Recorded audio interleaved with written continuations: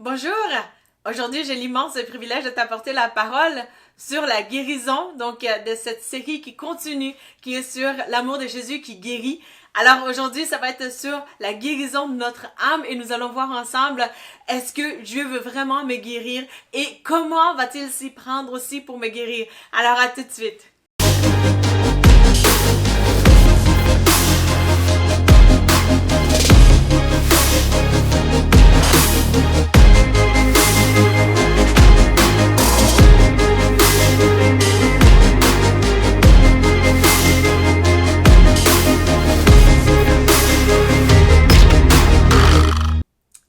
Le pourquoi est-ce que Jésus veut restaurer mon âme est très simplement répondu par la parole de Jésus lui-même.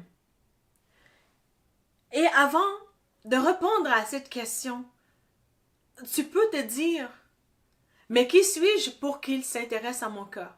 Et tu n'es pas la première à te poser cette question-là. Il est écrit dans Psaume chapitre 8, verset 4, « Qu'est-ce que l'homme pour que tu te souviennes de lui, et le fils de l'homme pour que tu prennes garde à lui? » Et la réponse à cela, la Bible nous dit, dans Jean chapitre 3, verset 16, qui est très connu, et qui dit, « Car Dieu a tant aimé le monde qu'il a donné son Fils unique afin que quiconque croit en lui ne périsse point, mais qu'il ait la vie éternelle. » Donc c'est par cet amour que Jésus veut restaurer ton âme. Également, la Bible nous dit dans 3 Jean chapitre 1 verset 2, où l'apôtre Jean qui s'adresse à Gaius, Gaius à l'époque était très gentil, donc un homme spirituel dont Jean fait aussi les éloges de cet homme, à savoir que c'est quelqu'un de bien qui marchait par la vérité, qui aidait aussi les prédicateurs itinérants à l'époque, donc il les hébergeait chez lui. Il était gentil, donc c'était un exemple à suivre. Jean lui fait ses éloges, mais aussi Jean dit quelque chose d'assez pertinent pour nous aujourd'hui. Il dit, « Bien-aimé, je souhaite que tu prospères à tous égards et sois en bonne santé, comme prospère l'état de ton âme. » Donc, par ces passages, nous comprenons pertinemment comment que Dieu, non seulement il s'intéresse afin qu'on ait une spiritualité adéquate, épanouie, mais aussi il veut que nous soyons restaurés au niveau de notre âme et au niveau de notre corps. Donc, je vois des gens qui sont vraiment épanouis au niveau de leur esprit, qui sont tellement spirituels, mais qui ne prennent pas garde à leur âme, qui ne prennent pas garde à leur corps. Qu'est-ce qu'ils mangent, qu'est-ce qu'ils font, quelles émissions qu'ils écoutent, quelles relations qu'ils entretiennent, quelles pensées qu'ils nourrissent, quelles paroles qui sortent de leur bouche. Donc le pourquoi Jésus veut te restaurer est simple aussi, parce que Jésus a acquiescé les coups jusqu'à la mort pour toi.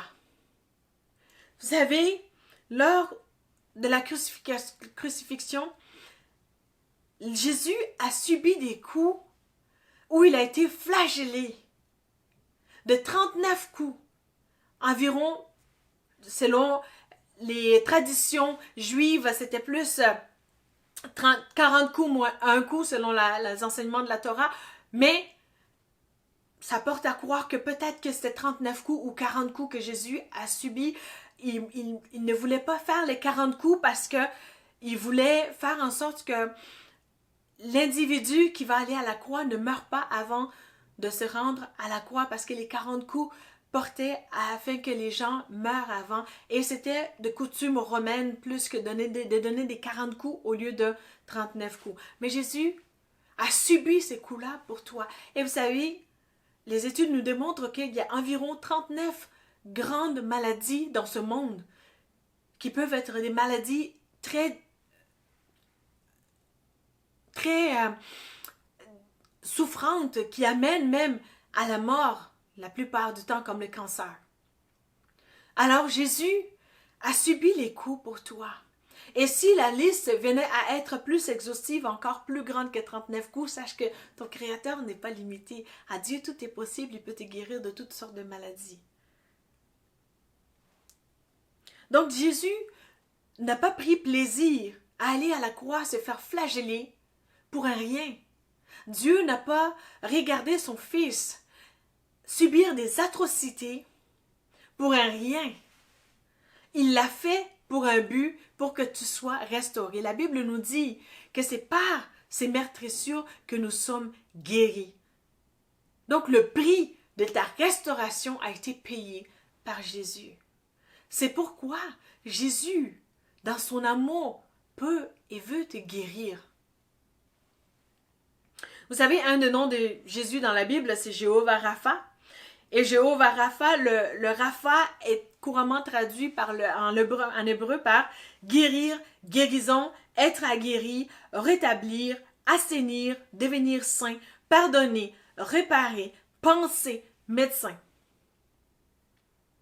Et la Bible nous dit également dans Psaume chapitre 23 verset 3, « Il restaure mon âme, il me conduit dans les sentiers de la justice à cause de son nom. » Donc Jésus, à cause de son nom, à cause de son amour, à cause de qui il est, à cause de la croix qu'il a pris pour toi, les agonies, les atrocités, la flagellation qu'il a pris pour toi, sois rassuré aujourd'hui et convaincu dans ton cœur et pour toujours que Jésus veut restaurer ton âme.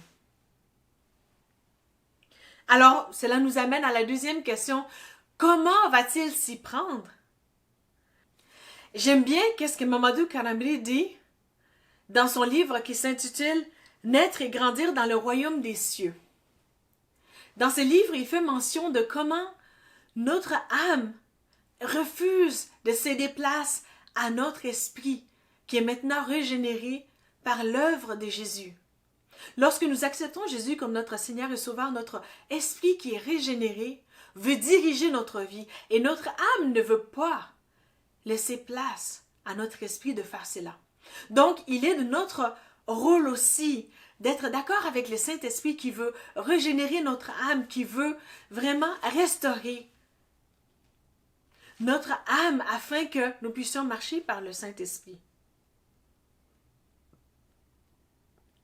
Et j'aime beaucoup aussi le livre de Jacques Balanda qui dit « Je décide de restaurer mon âme, restaurer votre âme et enclencher le changement. » C'est tellement fort dans ce livre-là, la restauration, l'importance de la restauration de notre âme afin de pouvoir marcher comme des enfants de Dieu.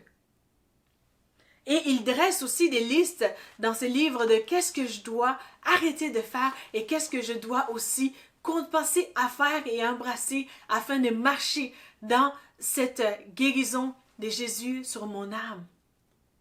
Et j'aime beaucoup qu'est-ce qu'il dit à la page 130. Il dit « La prise de décision ferme est fondamentale dans le processus de restauration. Cela implique de s'appliquer à soi-même une discipline ferme qu'on entend maintenir jusqu'à voir le fruit attendu. » Donc, Jésus, il s'y prend dans la rééducation de notre âme de la manière suivante. Il va nous amener à collaborer avec son esprit. C'est-à-dire qu'il y a des choses qui sont des poisons pour notre âme où il va nous dire d'arrêter de faire et il va nous dire d'embrasser des choses qui viennent de lui, qui sont vraies, qui sont éternelles, qui ont une valeur immense. C'est-à-dire que, concrètement, est-ce que tu vas être d'accord avec le Saint-Esprit d'arrêter d'écouter des musiques qui te rendent dépressive, qui te rendent nonchalante, qui te rendent assez ordinaire et bof. Et tu vas, d'un autre côté, remplacer ces musiques-là par la louange, l'adoration vraiment profonde envers le Seigneur qui va amener une restauration de ton âme, qui va amener une force au niveau de ton esprit, qui va t'amener à un autre niveau, une dimension extraordinaire en Jésus. Est-ce que tu vas aussi arrêter de te lacérer, de te faire du mal, d'être négatif envers toi-même, de t'abattre tout le temps, de te critiquer tout le temps, de te faire du mal et remplacer cela par la parole de Jésus? en méditant sur l'amour de Jésus sur toi, sur ta vie, et en méditant aussi sur les bontés de Jésus, en méditant sur la volonté de Jésus pour ta vie, en méditant sur qui tu es selon la valeur que Jésus t'accorde pour lui. Ce qui va aider ton âme à arrêter de te faire du mal, à arrêter de méditer sur des pensées négatives, des pensées de suicide et les remplacer par non, je ne mourrai pas, mais je vivrai pour raconter les merveilles de Dieu. Et tu vas voir comment que, en pratiquant cela, Dieu va apporter la restauration à ton âme. Tu sais, il n'y a rien de mal à lire des classiques de ce monde, c'est-à-dire des grandes littératures admettons, Émile Zola, Stendhal, la Chartreuse de Parme, Maupassant ou Shakespeare, Roméo et Juliette, le Comte de Monte Cristo, ainsi de suite. La liste peut être assez longue. J'étais très passionnée de ces littératures et encore aujourd'hui, j'ai une passion pour la littérature. Mais quand il s'agit de la restauration de ton âme, est-ce que tu vas choisir aussi un ouvrage qui va venir apporter un dépôt spirituel éternel en toi, qui va amener ton âme à un niveau de collaboration avec la vie que Jésus a choisie pour toi? Donc, il va falloir rééduquer ton âme et c'est en collaborant avec l'Esprit de Jésus qui va amener ces transformations divines en toi. Cela va au niveau des vidéos que tu vas écouter, que tu vas choisir plutôt que d'autres vidéos. Donc, c'est une question de choix. Et Jésus nous dit dans sa parole aussi que la vie, il a dit, je mets devant toi la vie et la mort, choisis.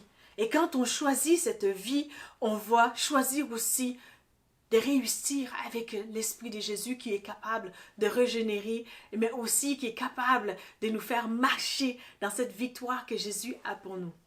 Et c'est là que le nom de Jésus va être glorifié. Et c'est là que les vies brisées vont être restaurées. C'est là aussi que notre âme va pouvoir s'épanouir. Vous savez, c'est là aussi que le monde va pouvoir voir qui est réellement c'est Jésus. Je me souviens, lorsque je venais tout juste de me marier avec mon mari Michael, et puis lorsque 2 mois après le mariage, j'ai été en urgence parce que j'avais une grippe. Alors, j'arrive et l'urgentologue, qui était un médecin chevronné, qui enseigne même en médecine, donc c'est un savant de ce monde, lorsqu'il me posait des questions sur mon historique de médical, et puis je lui racontais, écoutez, moi principalement, par des bribes péripéties de ma vie, je lui ai expliqué que oui, j'ai fait des tentatives de suicide par le passé, puis tout de suite, il a été alarmé et il m'a dit, tu ne sortiras pas d'ici tant que tu n'auras pas rencontré un psychiatre. J'étais intimidée et il a mis quelqu'un en charge pour me surveiller. Il m'a dit, si tu quittes, j'appelle la police.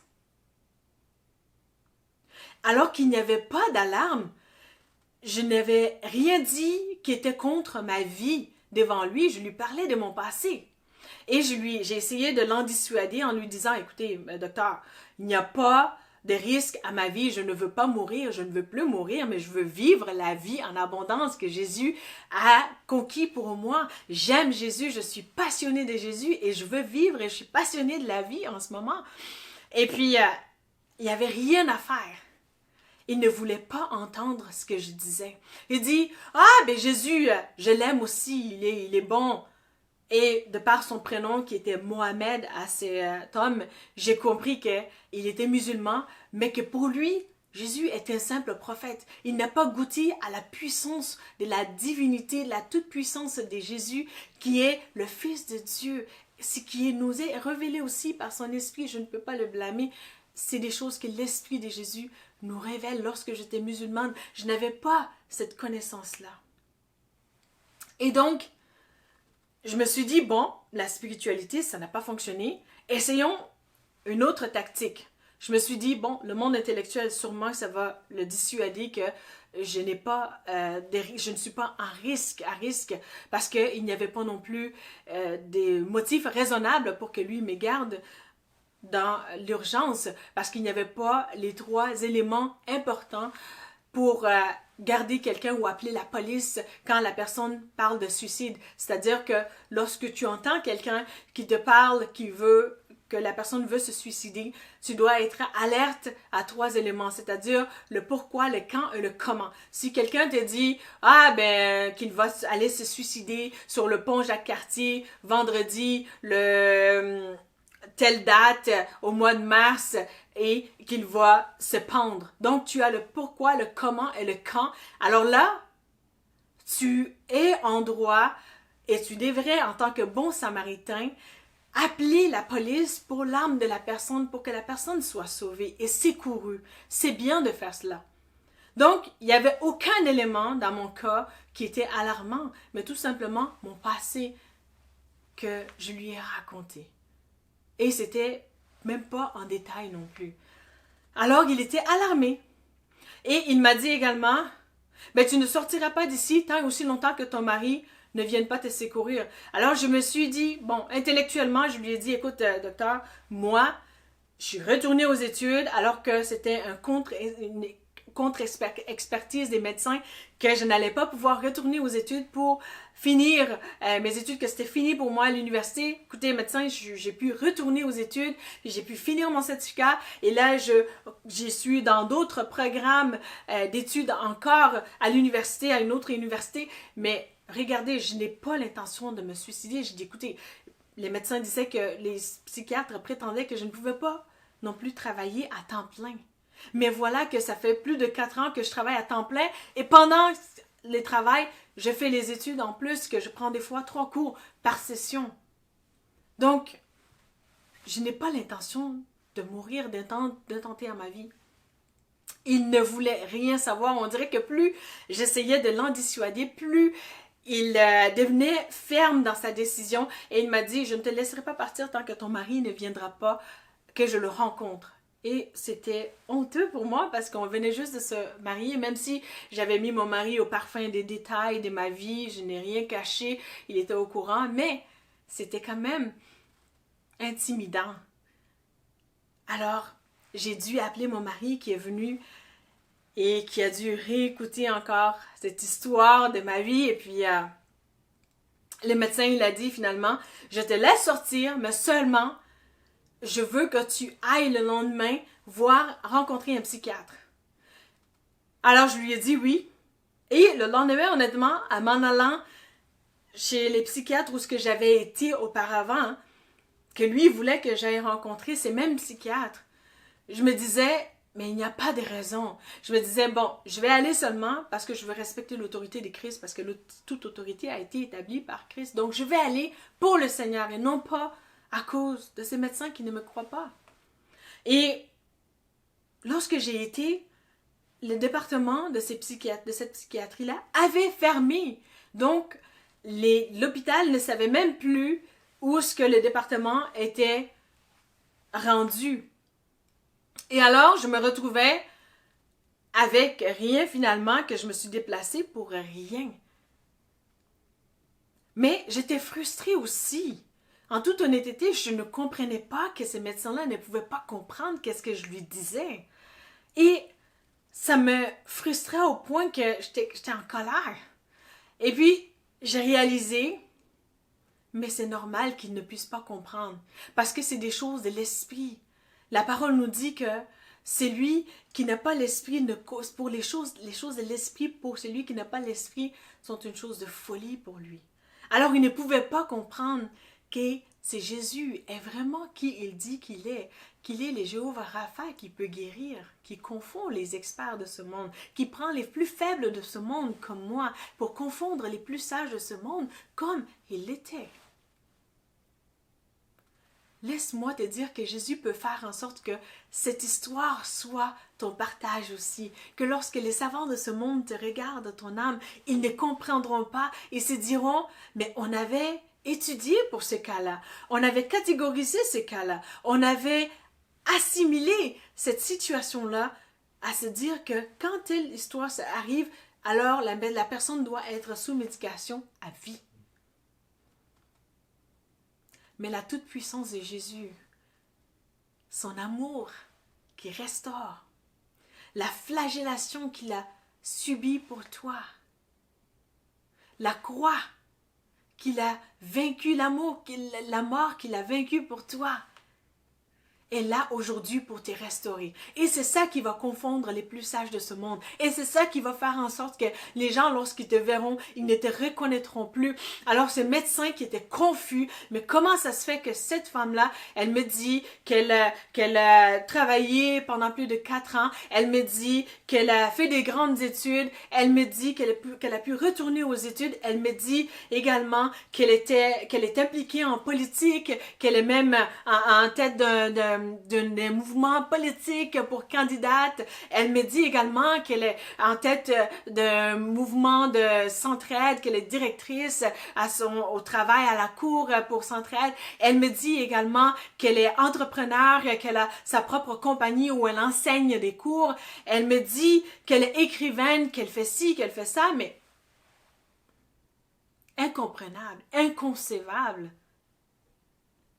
Laisse-moi te dire que si tu embrasses Jésus, si tu embrasses son amour pour toi, si tu embrasses cette révélation, cette vérité de Jésus, la restauration qu'il peut donner à ton âme, si tu embrasses l'acceptation de rééduquer ton âme, est-ce que c'est facile? Non, mais c'est faisable.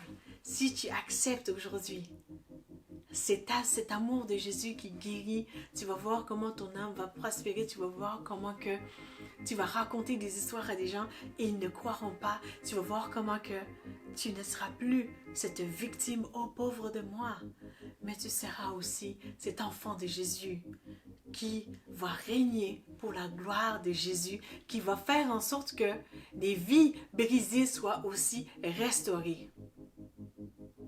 Je souhaite vraiment que cela soit ton cas. Comme l'apôtre Jean, il a dit, je souhaite que tu prospères comme à l'état de ton âme. Et je souhaite aussi pour toi que tu puisses goûter à cette restauration riche et abondante qui va faire en sorte que l'amour de ton sauveur, la guérison de ton sauveur va couler de ton cœur pour vraiment atteindre d'autres vies. Cette vie en abondance que Christ est mort pour toi est disponible par l'action du Saint-Esprit en toi pour la restauration de ton âme. Alors je te dis à bientôt pour une prochaine vidéo. Merci.